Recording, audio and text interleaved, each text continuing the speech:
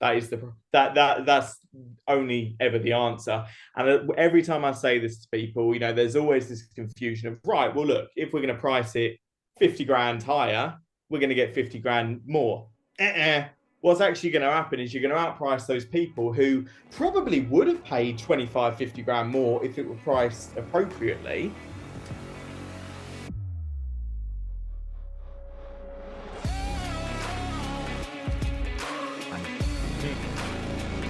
And anyway, we had a really good recording.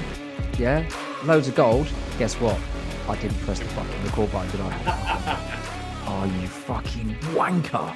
But he's all right about it. He's like, mate, we'll do it again. So thank God for that. But how are you doing, mate? Yeah, really, really well. I mean, obviously, it's been a while since we spoke. And you know what? Last time we spoke, like you say, it was pure gold, but it was in a really, really good market. So I'm very excited now in what a lot of people would consider not a great market to kind of put that to rest a little bit. Right. Okay, wicked. Do you know what we're going to do, right? We're going to just fucking crack on. Yeah. So Brilliant. the question, what is the one thing that truly maximizes the value of someone's home when they go to sell? The price. That is that's only ever the answer. And every time I say this to people, there's always this confusion of, right, well, look, if we're going to price it 50 grand higher, we're going to get 50 grand more. What's actually going to happen is you're going to outprice those people who probably would have paid 25, 50 grand more if it were priced appropriately, but they then don't see the value in comparison with other things that are on the market. So what you end up doing is you go down to what the price should have been anyway. Oh, but you've got that big red flag of reduced. And in which case you're alienating those buyers anyway who would have considered it and would have put in an optimum offer. You need to price, I'm going to paraphrase you because I use this all the time when I speak to people. Your property is in competition, it's not in isolation. And I think it's important that you compare the features and benefits of your property against everything else that's on the market, because you can live in cloud cuckoo land and you can put yours up for 200, 300 grand more than it's realistically worth. But the only thing you're doing is you're putting a vanity price on it just so you can say to your neighbours, well, the estate agent thinks it's worth that. Actually, the reality is it's worth not actually how much someone puts in an offer for, but how much it completes for. Yeah, yeah, completely. But how does in your opinion, right? How does a seller gauge whether they've put their place on for too much money or whether it's on for the right money? Yeah, really, really great question. So the obvious answer is the market. If you're getting fuck all viewings, the price is wrong. What I do with all of my sellers is we initiate a pre-marketing strategy. And I say to these sellers, right, I've got these amount of buyers on this list. I bring a printed list out to them, which is usually about 30 to 50 names long, qualified buyers. And just to clarify, John, what I mean by a qualified buyer, to me, number one, that's somebody who's ready to go straight away. They've either got the cash or they're proceedable or they've spoken to a financial advisor and I've vetted them. And their needs have also been qualified within at least the last 2 weeks. So we know they're still looking, their circumstances haven't changed, their requirements haven't changed, their budgets haven't changed. And I think that's really important because the last thing I want to do is bring out a massive list of 50 names, only about 10 of those are viable, and probably speaking to those 10, maybe 5 will go to view it. So that's important. First off, the buyers are all qualified. Now, when we go to do this pre-marketing process, I explain to the seller, well, listen, what we're going to do is the price that I've said to you today, that's the price we're going to say to people. And do you know what, John? Sometimes I'll even turn around and say, look, I've told you 500 today. I'll tell the people on these lists 525, just gauge their thoughts. If they don't want to view it, that's your answer. We're too high initially. Because what you don't want to do is isolate that 95% of the market that is going to see it on Rightmove and Zoopla.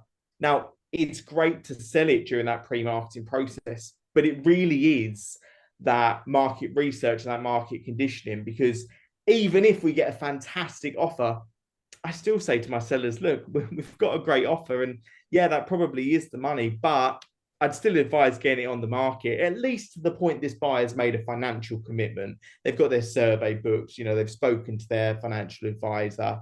In some cases, maybe they've even put down a deposit. We can agree things like that. So What's it's the all about, go on. sorry, mate. What's the importance of a survey being booked? Why is that important? Yeah, absolutely. I think there's two reasons really. Is number one, it shows the buyer's commitment.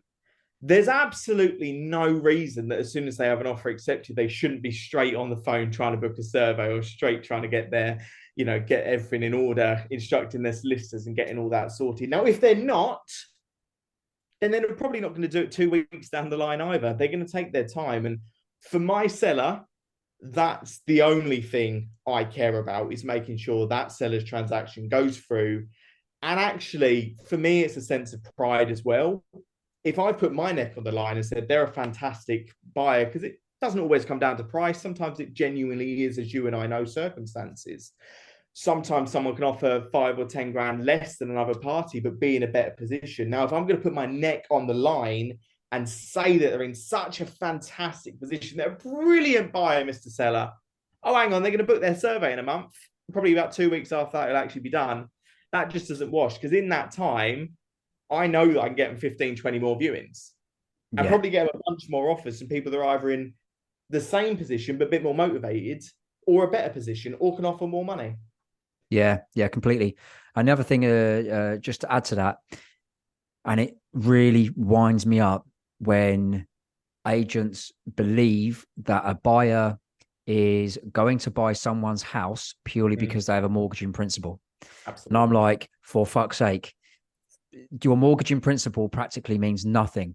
When a survey is being booked in by a bank, that is when you know that buyer is absolutely proceedable. So to your point, that's why you're getting the survey done as quick as possible, is because the longer that goes on, and I see this a lot where agents don't check, or they're too scared to throw the buyer out of bed.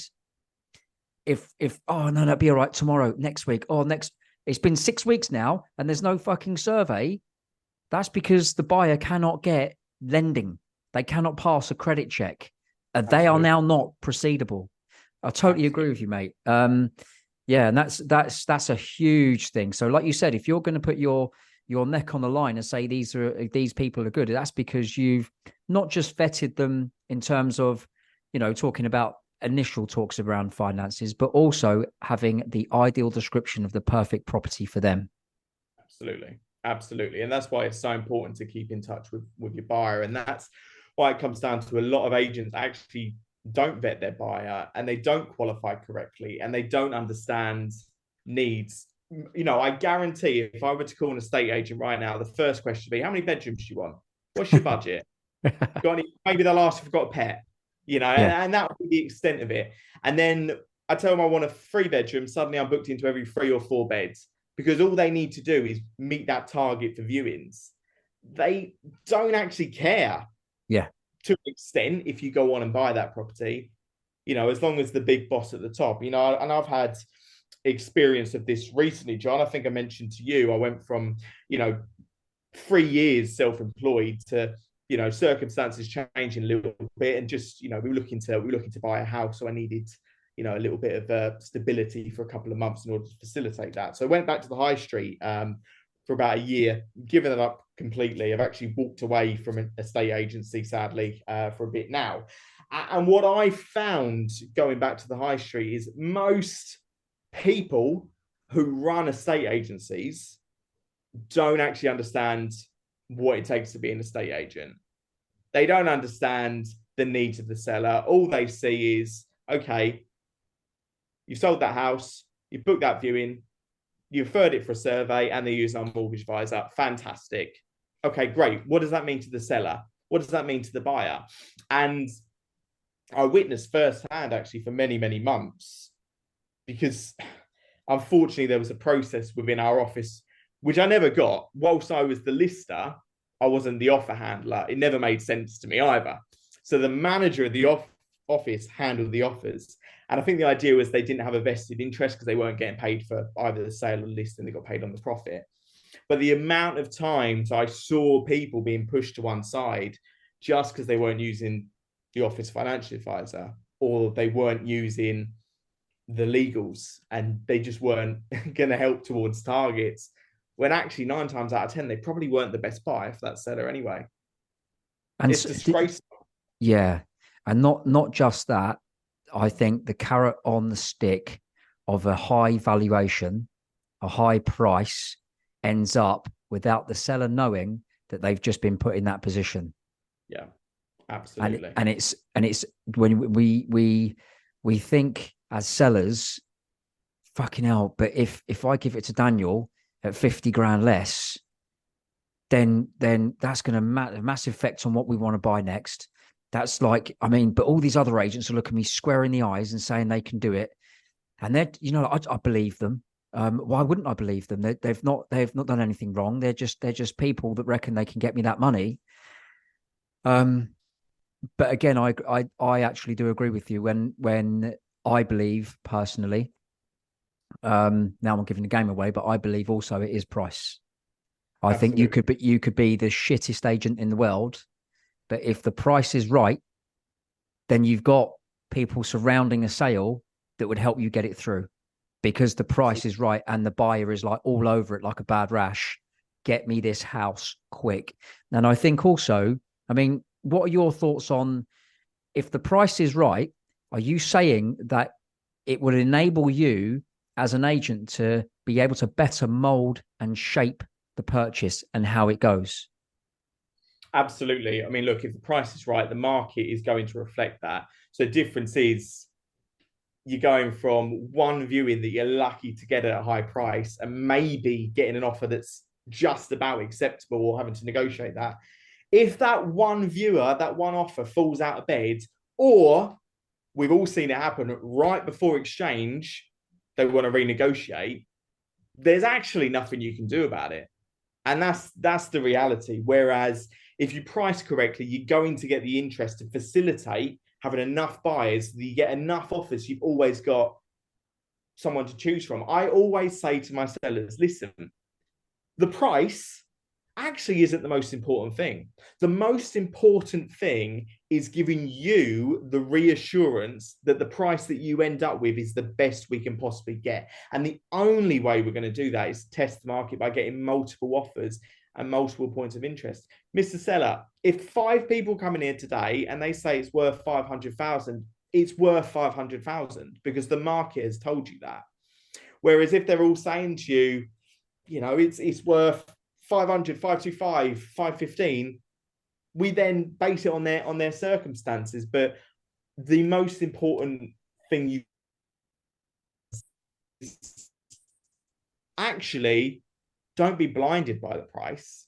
The price is a fantastic bonus if you've got the right buyer. There's no point. Like I could walk down the street, guaranteed, and I could knock on somebody's door and I said, I'll give you 600 grand for your house. And I promise you, someone would take that offer.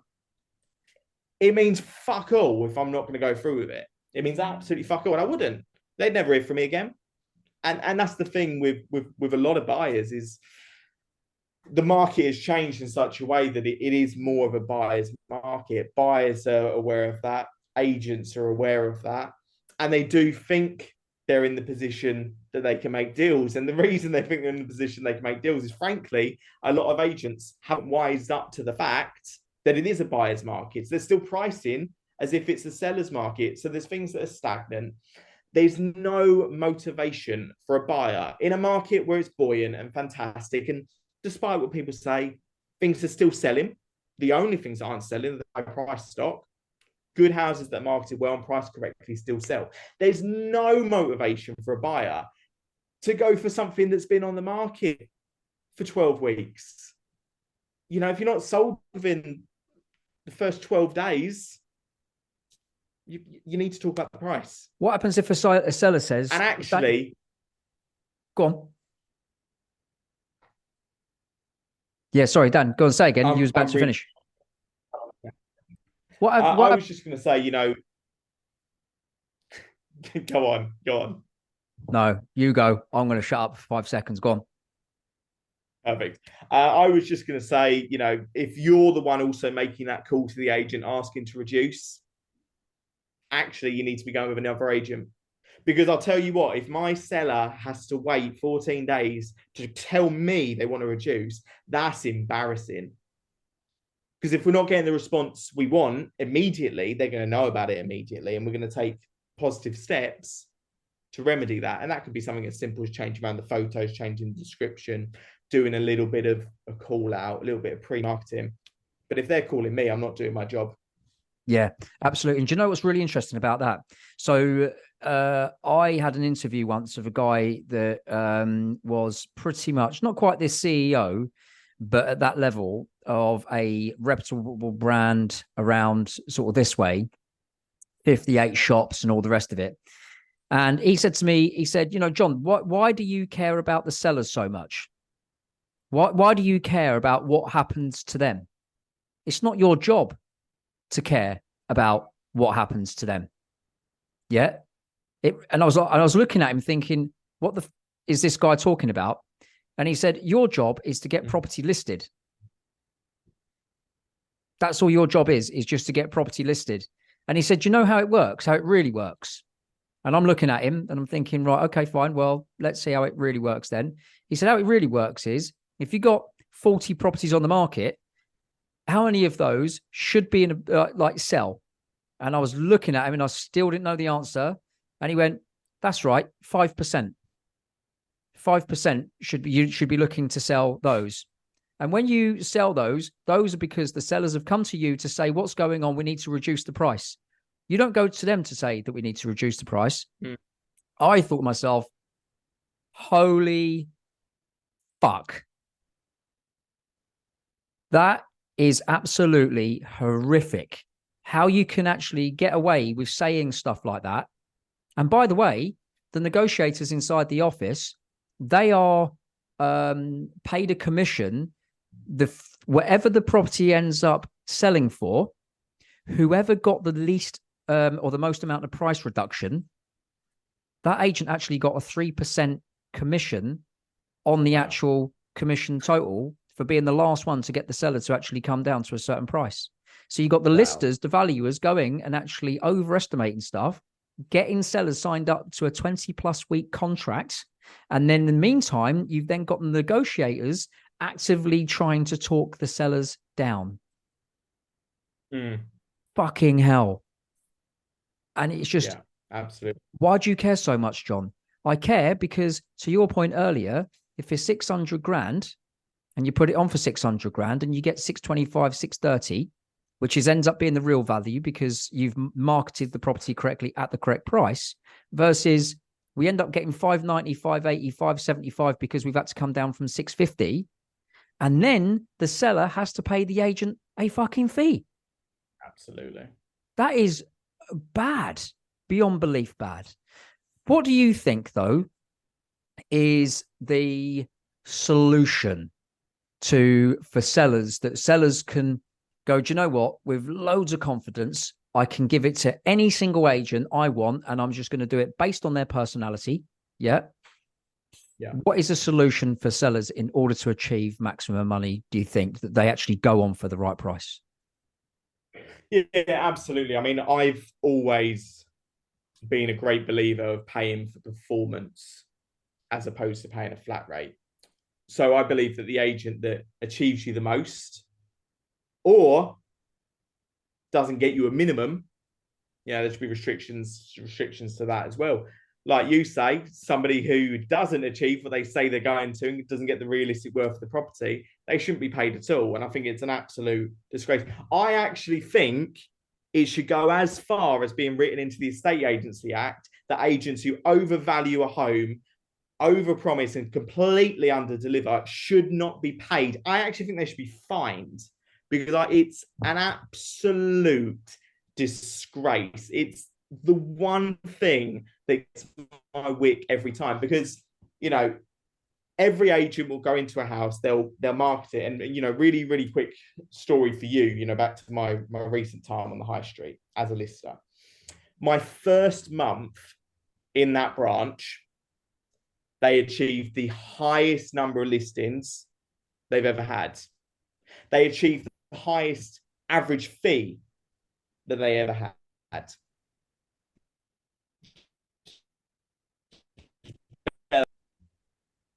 Because I undervalued it, air quotes. The reality is every agent overvalued it by 50 grand. I lost two. Now, when it came to my one-to-one the next month, what do you think the manager of that office said to me?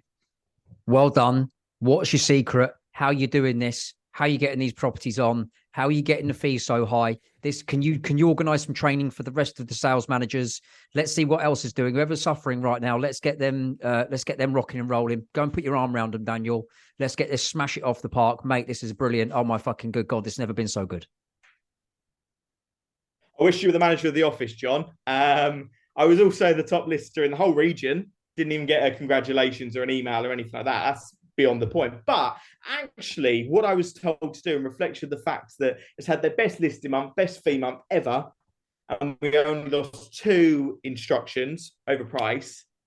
I was told that every instruction I went out to that month, I then had to overprice. And I listed 2 the next month. Wow. Because I refused to do it. So I mean that's it as well. And I think the issue with a state agency is it's very target driven, but it's driven for all the wrong targets. You know, we're targeting the number of listings as opposed to the percentage sold. We're targeting the number of price reductions we get as opposed to the percentage that we sell it at in comparison to the original listing price. And I've said it before and I'll say it again. I think agents that sell a home for asking price are doing the absolute bare minimum of their job. You know, I don't think there's any skill in it. Anybody, a monkey with a phone could do that, you know, and that's the reality. So I think the solution is better training in the industry, harsher punishments for agents who aren't performing and aren't doing their job. And actually, I'd like to see a real move away from the corporate agencies, not necessarily the high street agencies. I've said it loads of times. I don't have an issue with the high street. There's fantastic independents out there on the high street that are doing a brilliant job and getting fantastic results. But it's the corporates that, you know, greatest of respect are hiring kids fresh out of school without any life experience that don't really know what they're doing just to fill a seat and answer a phone and not interested in selling. They just want to get their paycheck at the end of the month. Whereas people like I that actually care about the client experience and care about the result, because we understand that if we were the client, that's exactly the way we would want to be treated, with a little bit of common respect and courtesy. I think that's completely lost in the world of a state agency, and it's no surprise to me. I'd like to say, because you know I love my time in property, I'd like to say that everything that people say about estate agents is completely wrong and it's a fantastic industry, but I find it really difficult to say that. I actually think most things people say about estate agents are absolutely correct. Oh no, I completely agree, and that's the whole purpose of this podcast being an extension of the Zero BS Estate Agency TikTok channel. It's just wanting to give sellers a choice. So hearing from you and speaking to you, you obviously know I massively respect you on so many levels, not just on skill set in terms of knowing what you're doing, but also massive levels of integrity as well.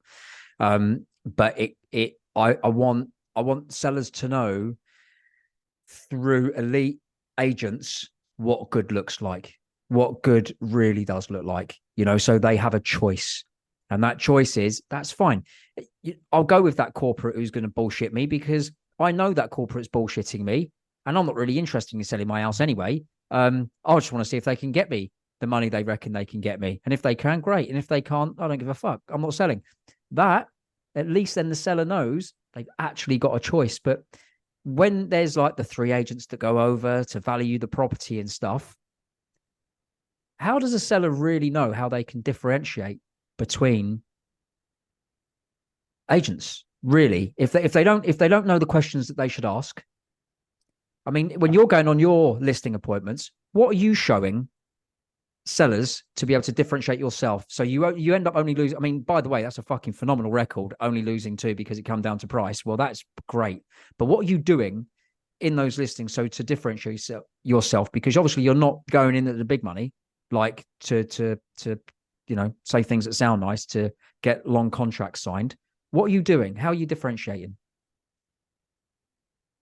Yeah, absolutely. I think that's such an important point. Is the answer is a lot of sellers don't know if they made the right choice until they're actually on the market. So like you say, asking those questions and pre-qualifying the agent is the most important thing. Now, the way I approach all of my listing appointments, I know that they're the best. I'm the best agent for them. If I genuinely feel like I'm not, I tell them. I'm honest with them. I say, look, throughout the course of our appointment today, I'm going to demonstrate through my track record, through my experience, why I'm the best person to represent you in the sale of your home. If you do not feel that way, or I don't feel that way, that's absolutely fine. We'll shake hands, we'll part as friends. But if you still feel like I'm the best person to represent you and we've set out a plan and we've agreed everything, do you have any issue with going on the market today? Now, the pre-marketing strategy for me is the most important thing, because if they've not signed anything at that point, I think that's really important to know. At the point when a viewing is booked, they do sign a viewing contract purely for my protection, to be honest. And I think that there's nothing wrong with that, making sure you get paid for your work.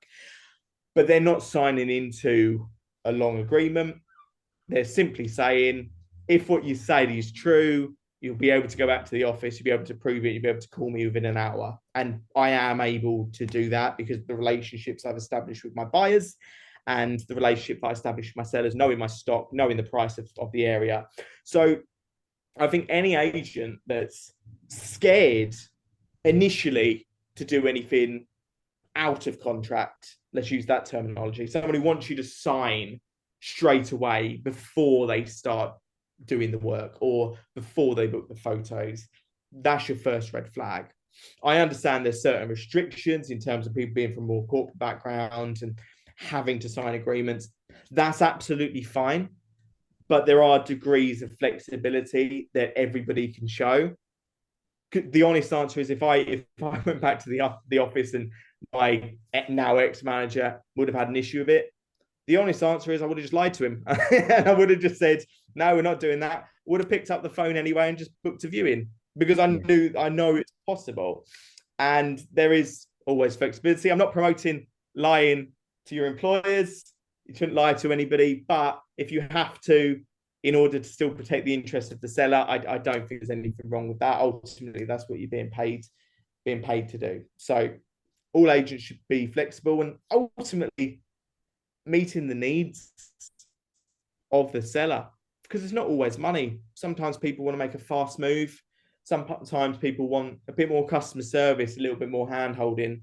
So I think by the same breadth, an agent that is so focused on money, I think that's a red flag as well, because they probably know that they're just trying to say whatever's going to swing you in, whereas actually they're probably not representing you in the best way possible.